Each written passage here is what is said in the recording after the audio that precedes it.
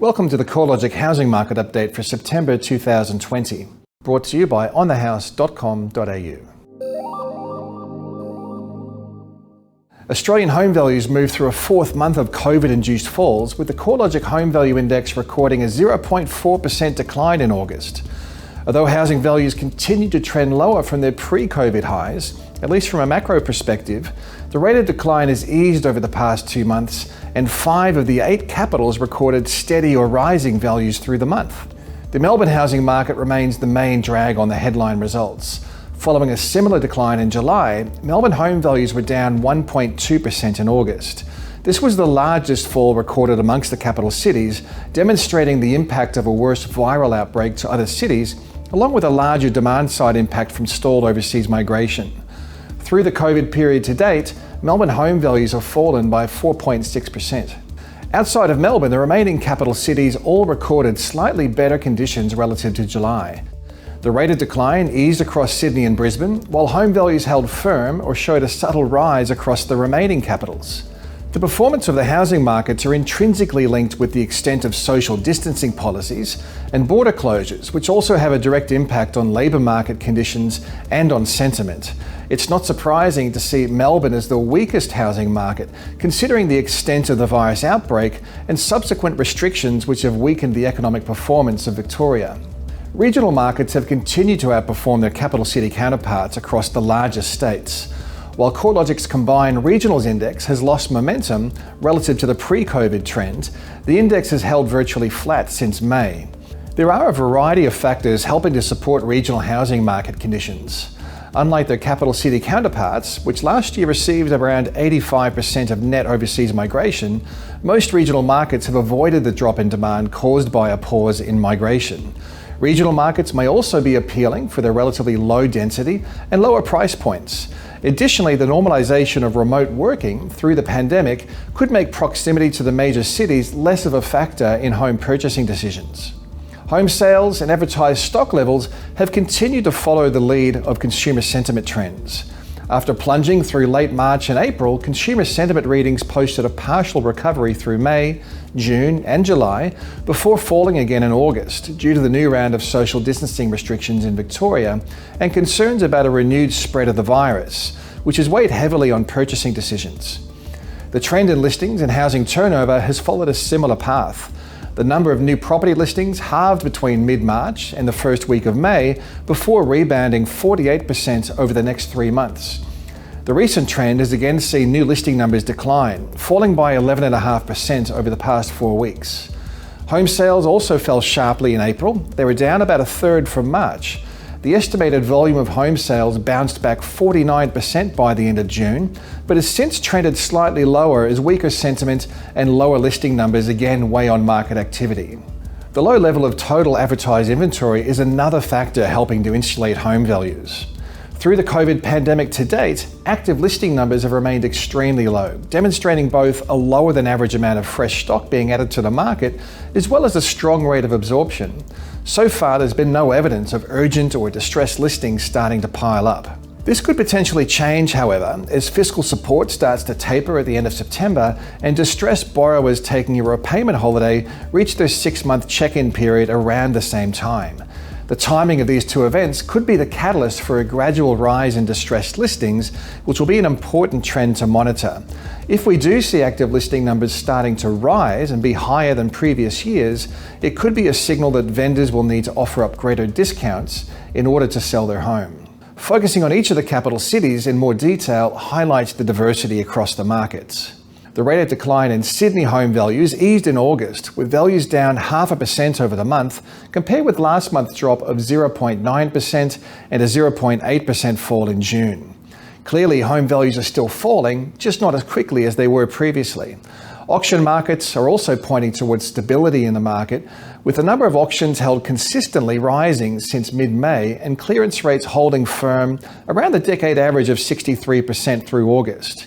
The most expensive quarter of Sydney's housing market has continued to show weaker returns relative to lower value homes, with the top quartile of the market down 3% in value since the end of March, while lower quartile values are only down by 0.2%. Melbourne home values and market activity are being adversely affected by Stage 4 lockdown conditions. Home values were down 1.2% in August, following a similar result in July, taking the cumulative decline to 4.6% through the COVID period so far. Similarly, our estimate of home sales has fallen 20% compared with June, demonstrating the impact from lower household confidence and social distancing policies that prevent inspections and on-site auctions. The upper quartile of Melbourne's housing market is wearing the brunt of the downturn, with values down 7% since March. Meanwhile, the lower quartile of the market has recorded a smaller 1.7% drop. Despite the weaker conditions, Melbourne housing values remain 5.9% higher than they were a year ago, demonstrating the strong capital gains that were present prior to COVID-19. Housing values were virtually steady across Brisbane in August, down by 0.1% over the month, while the estimated number of home sales was up 0.3%. Brisbane home values have been resilient to major falls. Since moving through a recent peak in April, home values have fallen by 0.9%, with larger falls across the unit market, where values are down by 2.1%, compared with a 0.7% fall in house values. Similar to other cities, Brisbane's upper quartile housing market is recording larger falls, with values down 2.2% across the upper quartile since March, while the lower quartile home values have held relatively firm over the same period, and the broad middle of the market has recorded a 0.6% lift in housing values. Housing values across Adelaide were unchanged in August. Through the COVID period to date, values across the capital have slipped by only 0.1%. Houses and units have returned the same result over the past 3 months, with both sectors of the marketplace down 0.1% in value. Lower value properties have shown a slightly better performance relative to other sectors of the market. Lower quartile property values are up 1.3% since March, compared with a 0.6% lift in upper quartile property values. Geographically, the quarterly growth rate across Adelaide's sub-regions ranges from a 1.3% lift in values in Unley and Adelaide Hills to a 3.2% drop in values across the CBD. Perth's housing market has staged a turnaround since the early months of the coronavirus.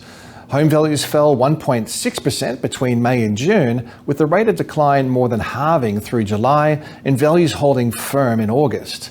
The levelling out in the rate of decline was accompanied by a lift in the estimated number of sales. In fact, home sales over the past 3 months are tracking about 10% higher than a year ago across Perth. Perth is also showing the tightest rental market conditions of any capital city, with rents up 2% since the end of March. Perth housing values remain the lowest of any capital city, with a median house value slightly less than $462,000. No doubt the healthy levels of affordability, together with low interest rates and a generous mix of federal and state government incentives, are helping to buoy demand. Hobart home values have risen over 3 of the past 4 months, and dwelling values are only 0.1% off their record highs. Most of the strength is apparent in the detached housing sector, where values are up 0.4% over the past 3 months, while unit values have slipped by 0.1% over the same period, and they're tracking 1.3% lower over the year to date. Rental market conditions haven't been as resilient, with Hobart rents falling the most of any capital city through the COVID period to date. Housing rents are down 3.1% since March, while unit rents are down a larger 5.1%.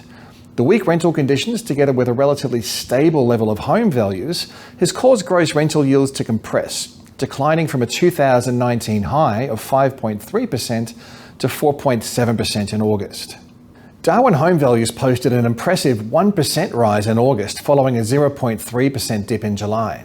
The value indices for Darwin do show higher volatility than other cities due to the smaller population of dwellings and relatively low numbers of observations, so the trend results provide a more intuitive read on the market. The past 3 months has seen Darwin home values rise by 1%, demonstrating an improving trend following a sustained downturn over previous years. Houses continue to be the main driver of growth, with the unit sector showing persistently weaker conditions. Over the year to date, Darwin house values have posted a 4.5% rise, while unit values are down 3.5%. Canberra home values remained at a record high in August, defying the broader downturn that's been evident across most of the other capitals. Housing values have consistently trended higher through the COVID period to date, reflecting some of the resilience in housing demand despite wavering confidence nationally. Estimated sales activity over the past 3 months are tracking 5% higher than a year ago, providing further evidence of Canberra's resilience. Rental markets haven't been quite as strong, with Canberra rents down 0.8% since March, with a larger 1.5% drop recorded across the unit market. In summary, housing markets are showing greater diversity relative to earlier stages of the pandemic. The earlier phase of COVID-19 saw housing markets react similarly, with both listings and home sales falling sharply and home values starting a modest downwards trend. As the virus curve was brought under control, restrictive policies lifted, state borders opened, and conditions bounced back to resemble almost normal levels of activity.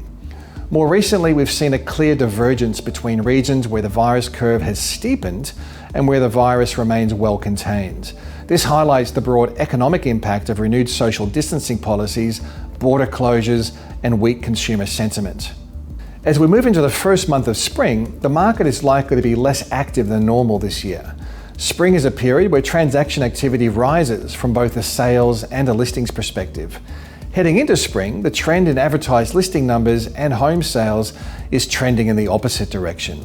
New and total listing numbers are reducing and sales activity slipped by an estimated 1.9% in August. So far, there's been no evidence that large numbers of distressed properties are coming on the market. However, this could change towards the end of the year and into next year as fiscal support tapers and lenders become less lenient on distressed borrowers. Considering fiscal stimulus policies are set to reduce at the end of this month, and lenders will be conducting their 6-month check-ins with borrowers taking a repayment holiday, the downside risk to home values remains high. The federal budget, to be announced on October 6th, should help to provide further guidance on the direction of housing markets. Additional policy measures aimed at stimulating housing activity could help to support Australia's economic recovery. Looking forward, we're likely to see a diverse outcome for housing markets around Australia, depending on how well the virus is contained and the region's exposure to other factors such as its reliance on overseas migration as a source of housing demand.